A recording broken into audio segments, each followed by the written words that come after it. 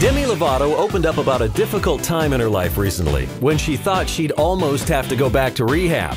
The singer was talking to Fitness Magazine when she let them in on a particularly hard time during the summer of 2013. She said it almost made her reconsider her own troubles with eating disorders.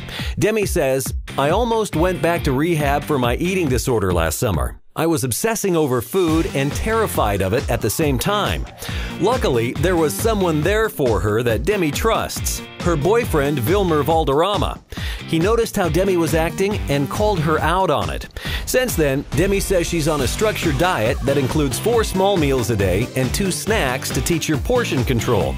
Demi says working out has become a huge part of her life, even while on tour, and it's given her a lot of added confidence. Demi's facing her problems head-on, even while on tour."